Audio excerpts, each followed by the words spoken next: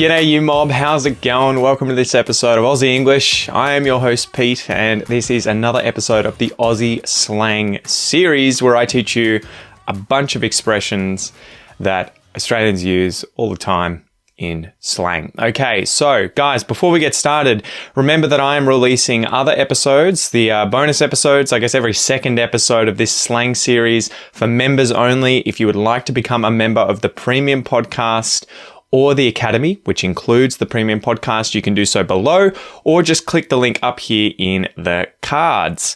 So today's episode, guys, is the phrase, the expression, the slang term, ankle biter.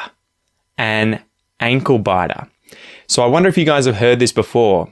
An ankle biter is a small child, right? Because they're tiny, they could bite your ankles, although that would be a very small child, right? Or maybe a child lying on the ground, with their mouth sideways.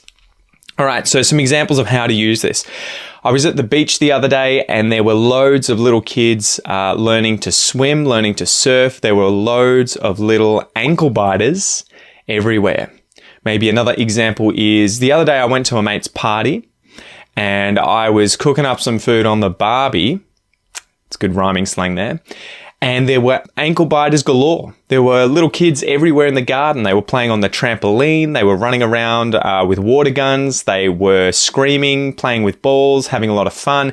There were ankle biters galore.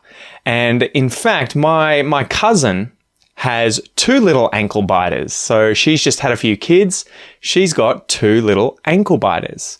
So there you go, guys. That is the episode for today. An ankle biter is a small child.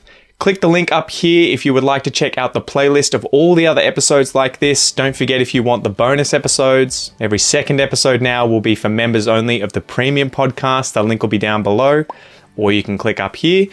And for everything else, if you're interested in Australian English, if you are an Australiaphile, go to aussieenglish.com.au and I'll see you there. See you guys.